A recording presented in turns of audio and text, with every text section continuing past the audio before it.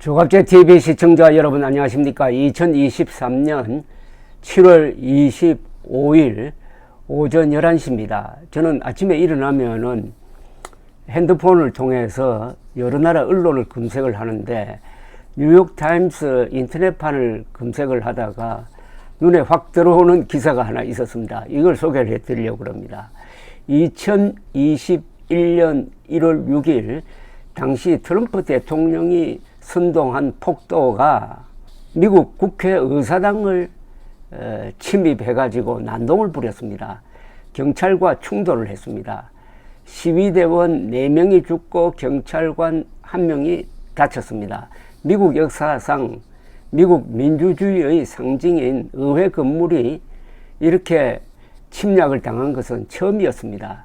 그래서 이 사건으로 해가지고 이 난동을 선동했다고 해가지고 당시 현직 대통령이던 트럼프가 미국 하원에 의해서 탄핵 소추당했습니다. 미국에서는 헌법재판소가 없고 상원이 헌법재판소 역할을 하는데 상원에서는 부결이 되었습니다. 근데 이 사건에 관련되어 가지고 지금 미국 경찰, 검찰이 계속 수사를 하고 있고 재판 결과가 계속 나오고 있는데 오늘 재판 결과가 하나 나왔습니다. 워싱턴에 있는 연방지방법원입니다. 연방지방법원에서 선고를 했는데 피터 세그라는 트럭 운전사에게 징역 52개월을 선고를 했습니다. 징역 52개월이면 어떻게 됩니까? 4년하고도 4개월이네요. 4년 4개월을 선고를 했습니다. 근데 이 사람이 저지른 범죄는 짝대기로 경찰관을 폭행한 겁니다. 그리고 이 사람과 함께 기소되었던 3명에 대해서는 징역 3년에서 5년형을 선고를 했습니다. 그런데 요건 그래도 약한 편입니다. 지금까지 난동을 부린 혐의로 1000명이나 기소가 되었습니다. 그때 사진이 많이 찍혔어요. 그래서 한 사람 한 사람 잡아들여가지고 지금 1000명을 기소했는데 그 중에는 의자로 또는 스프레이로 경찰관을 폭행한 사람에 대해서는 징역 14년형을 선고를 했습니다. 그러니까 아무리 낮아도 3년, 높을 경우에는 징역 14년형입니다. 우리나라에서는 살인을 저지르면은 징역 한 10년, 14년 요 정도 때립니다. 그러니까 살인범으로 간주한다는 거죠.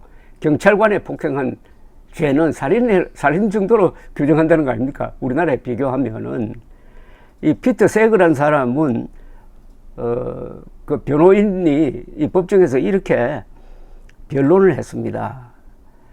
이 전문 폭력배가 아니고 그날 우연히 워싱턴에 있다가 난동에 가담하게 되었으니까 선처를 요구를 한다. 트럭 운전사로서 워싱턴까지 물건을 실어다 주고 돌아갈 때 짐을 싣기 위해서 기다리다가 트럼프의 선동에 휩쓸려 가지고 이런 짓을 했는데 이 사람은 과거에 불우한 어린 시절을 보내고 노숙자로도 산다 해가지고 정상 참작해달라고 아주 애소를 했습니다. 호소를 했는데 그래도 징역 52개월을 선고를 했습니다. 자, 그러면 우리나라는 어떨까요? 우리나라에서 공무집행방해, 경찰관 폭행에 대해서 어느 정도 형을 받는지를 제가 쭉 검색을 해봤더니 징역 1년 정도입니다. 1년 정도인데 이 미국 의회 난입과 좀 비슷한 사건에 대해서는 민노총 간부들에게 벌금형이 나왔어요. 여러분, 미국의 징역 14년과 한국의 벌금형 한번 비교해 보십시오. 오늘 이거 최근 기사입니다. 이게 올해 6월 23일 기사인데 제목이 이래요. 국회 앞 8차로 점거, 경찰 폭행 민주노총 간부들 벌금형 확정. 이 기사를 소개를 해드리겠습니다. 2019년 서울 여의도에서 열린 집회 과정에서 경찰들을 폭행한 혐의 등을 받는 민주노총 간부들에게 벌금형이 확정되었다. 대법원 형사 2부 주심 조재현 대법관은 일반 교통방해, 특수공무집행방해 혐의로 기소된 유재길 당시 부위원장 등 12명에게 벌금 300만원에서 600만원씩을 선고한 원심을 확정했다. 2019년 11월 9일 민주노총은 서울 마포대교 남단에서 전태일 열사 정신개성 2019 전국노동자대회를 열고 국회 방향으로 행진을 벌였다. 경찰이 행진을 불허했지만 민주노총은 전차로를 이용해 국회 앞까지 이동했다.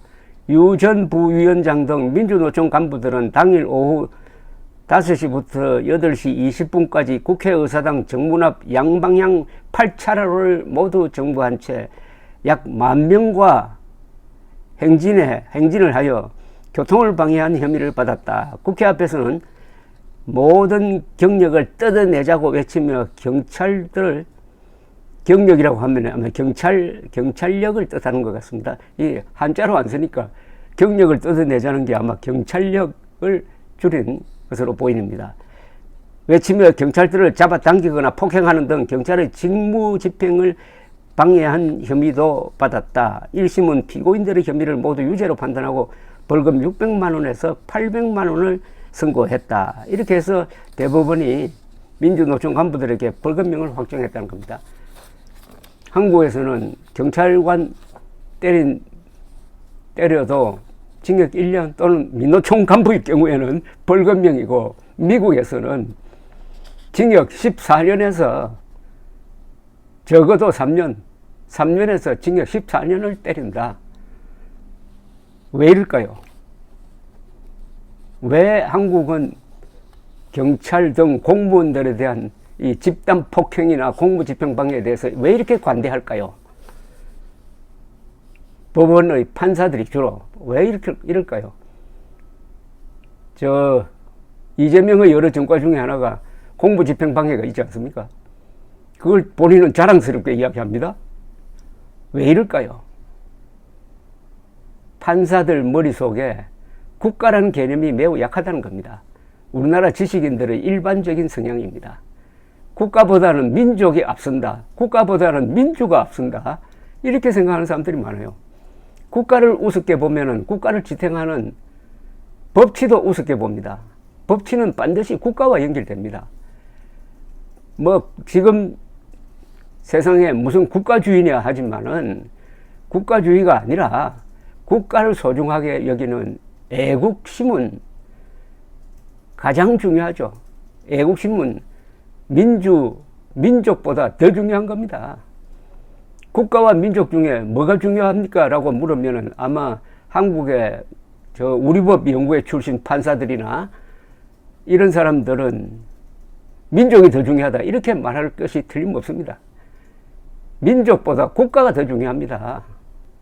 우리는 지금 같은 민족인데도 갈라져 있습니다. 왜 그렇겠습니까?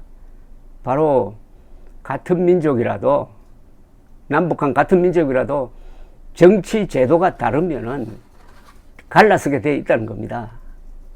즉, 국가를 이룩하는, 국가를 만들어내는 정치 제도가 다르면은 같은 민족이라도 갈라진다. 그런데 미국은 어떻습니까? 수십 개의 민족이 하나의 국가를 만듭니다. 그것 또한 국가가 민족보다 더 위에 있다 이거죠. 그런데 김영삼 대통령은 이 사람이 보수인데도 불구하고 좌파 선동에 넘어가서 1993년 대통령 취임 연설에서 어떤 동맹보다도 민족이 앞선다, 어떤 이념보다도 민족이 앞선다고 했다가 결국은 좌파 숙주 역할을 하고 말았습니다. 국가와 민족을 잘 구분해야 됩니다. 민족보다 국가가 앞선다는 거, 여기에 철저해야 우리가 법치를 소중하게 여기고, 그리고 법치를 파괴하는 사람을 공공의 적으로 규정을 하고 이렇게 엄벌을 내리는 겁니다. 뉴욕타임스가 흔히 진보 성향이라고 하는데, 리버럴 성향이라고 하는데, 뉴욕타임스 어디에도 징역 14년 그 너무 과하다 하는 내용이 단 한 줄도 나오지 않습니다. 미국에서는 경찰관을 폭행하면 징역 14년, 한국에서는 민노총 간부가 경찰 폭행하면 벌금형. 이게 오늘날 한국 민주주의의 현주소라고 생각합니다. 감사합니다.